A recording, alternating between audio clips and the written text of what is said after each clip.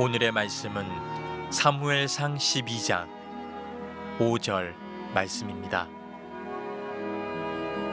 사무엘이 백성에게 이르되 너희가 내 손에서 아무것도 찾아낸 것이 없음을 여호와께서 너희에게 대하여 증언하시며 그의 기름 부음을 받은 자도 오늘 증언하느니라 하니 그들이 이르되 그가 증언하시나이다 하니라. 아멘. 요즘은 전 세계적으로 유명한 그 강의들을 마음만 먹으면 스마트폰이나 또는 컴퓨터로 얼마든지 그 강의를 접할 수 있기 때문에 정보를 공유하는 시대입니다.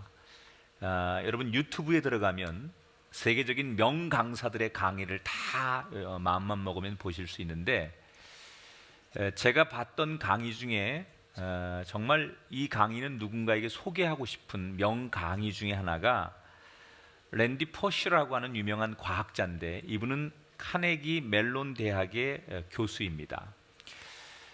원래 랜디 포시는 과학적 업적도 많은 훌륭한 학자면서 과학자인데, 사실 이 랜디 포시의 강의를 제가 여러분에게 추천하는 이유는 특별히 그가 마지막 했던 강의, 랜디 포시가 45살에 췌장암 말기로 시한부 판정을 받습니다. 그때 자기에게 아이가 셋이 있었는데 5살짜리가 큰 아이였고 3살짜리가 둘째 아이였고 1살짜리 아이가 있었습니다. 이 랜디 포시는 충격을 받습니다. 내가 이제 얼마 못 사는데 아직 이 어린 아이들과 아내를 두고 내가 세상을 떠나는데, 이 어린 아이들이 아빠를 기억하지 못하고 언젠가 다 커서 우리 아빠는 어떤 사람이에요? 라고 물어봤을 때 과연 나는 이 아이들에게 뭘 해줄 수 있을까? 내가 이 세상에 없는데 어떻게 이 아이에게 내가 아빠라는 존재, 이것을 확인시켜 줄 수 있을까?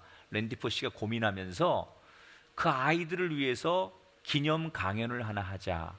그래서 많은 청중들을 모아놓고 그가 강의를 합니다. 자기가 어릴 적에 원래 풋볼 선수가 꿈이었는데 자기의 꿈을 이루지 못하고 자기는 이렇게 교수가 되었다, 뭐 이런 얘기부터 시작해서 자기의 삶의 스토리를 쭉 얘기합니다. 그런데 아주 그 마지막에 임팩트 있는 한마디를 합니다. 랜디 포시가 이런 얘기를 합니다. 여러분 모두는 가장 소중한 게 뭐라고 생각하십니까? 그것은 여러분이 가지고 있는 시간입니다. 시간이 있어야 모든 걸 할 수 있습니다. 꿈도 시간이 있어야 이루고 목표한 것도 시간이 있어야 이루는 거 아닙니까? 그러면서 랜디 포시가 내가 어느 날 깨달은 것 중에 하나는 실제로 내가 쓸 수 있는 시간은 예상한 것과는 전혀 다르다는 것입니다. 이런 얘기를 합니다. 근데 저는 이 얘기가 굉장히 공감이 됐어요. 랜디 포시는 자기가 45살의 나이에 췌장암 말기로 죽을 거라고 생각하지 않았어요. 적어도 자기가 80, 90 이렇게 살면서 내 인생을 이렇게 살고 이런 계획들을 그가 했었다는 거예요. 그런데 어느 날 45살의 나이에 내가 예상한 시간과 다르게 일찍 세상을 떠난다는 생각을 하면서 착잡하고 슬프고 아이들에게 면목 없는 아버지로서 고통스러운 자신의 삶을 이야기하는 거예요. 여러분, 랜디 포시의 이야기만이 아니에요. 우리 모두가 우리가 가지고 있는 모든 쓸 수 있는 시간은 내가 예상한 것과 얼마든지 다를 수 있어요.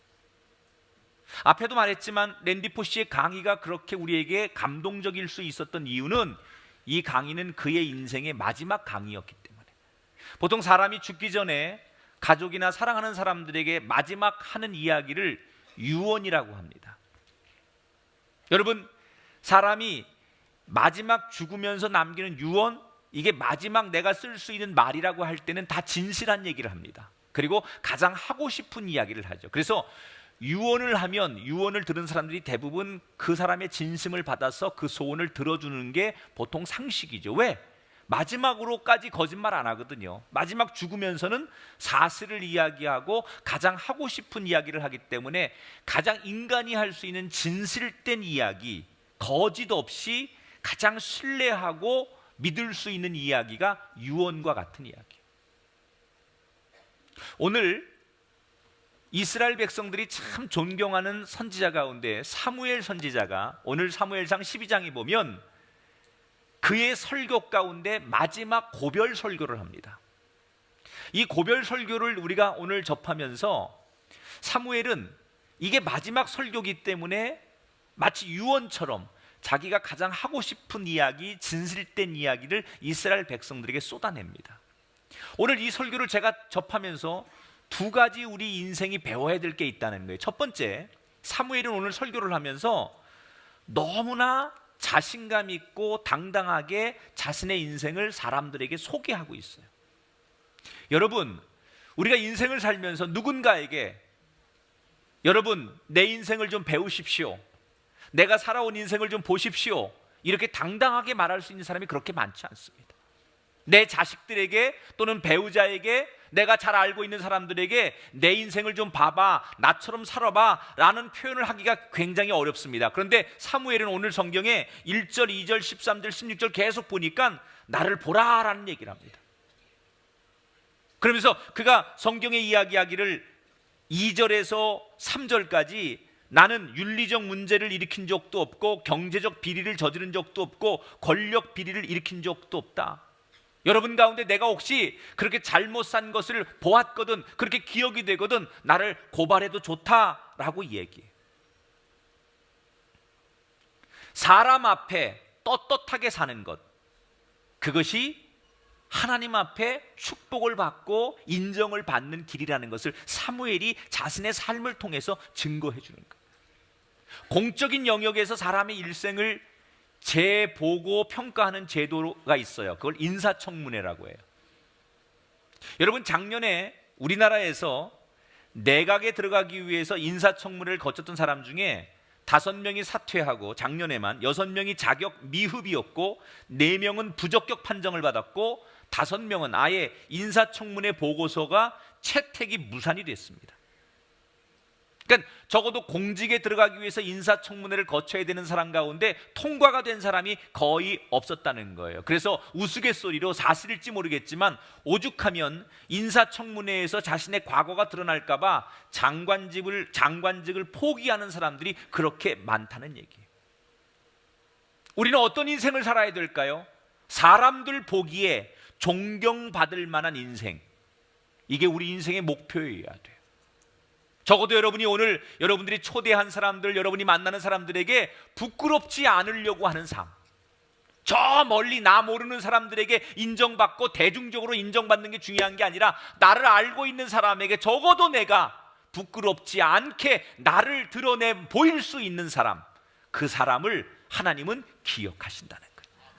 자, 그런데 문제는 자꾸 사람에게만 인정을 받으려고 하면 이 사람의 평가라는 것이 그때그때마다 달라요. 사람은 감정의 동물이기 때문에 내가 좋으면 그 사람이 좀 공식적으로 잘못한 게 있어도 좋게 이야기하고, 내 감정이 슬프거나 기분이 나쁘면 그 사람이 올바르게 살아도 그 사람을 나쁘게 평가할 수 있는 가능성이 있기 때문에 사람한테 좋은 평가를 받는 건 위험 요소가 있어요. 그래서 오늘 사무엘은 한 가지 더 자기의 고별 설교 가운데 사람들에게 자신의 인생을 드러내 보이면서 마지막으로 하나님께도 부끄러움이 없는 인생이기를 소원했어요.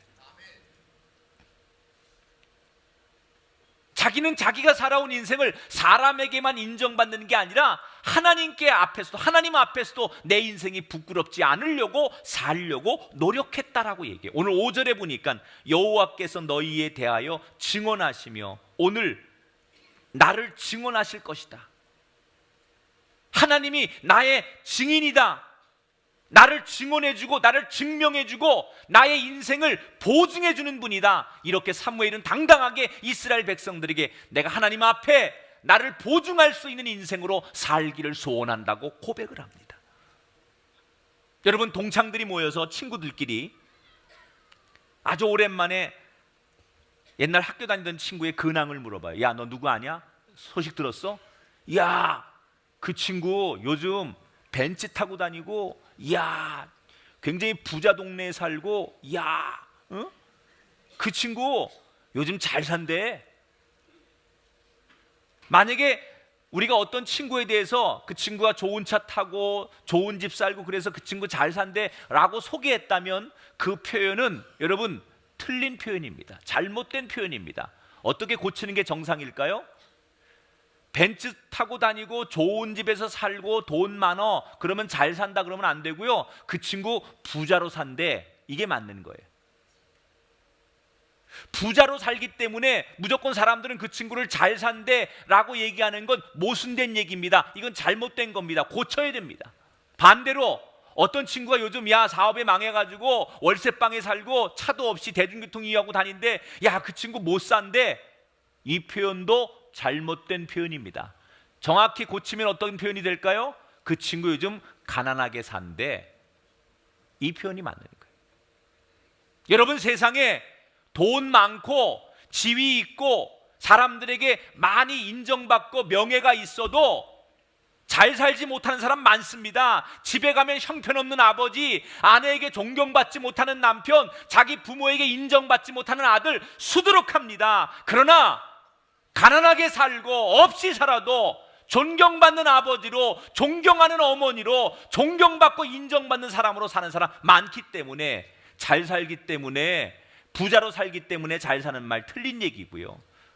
가난하게 살기 때문에 못 산다라는 얘기도 틀린 얘기예요. 현대인들은 인생의 행복을 집 크기, 월급 액수, 학벌, 자녀 여기에 두니까 이게 많으면 다 잘 사는 거라고 생각해요. 여러분, 우리의 기준이 잘못됐다는 거예요.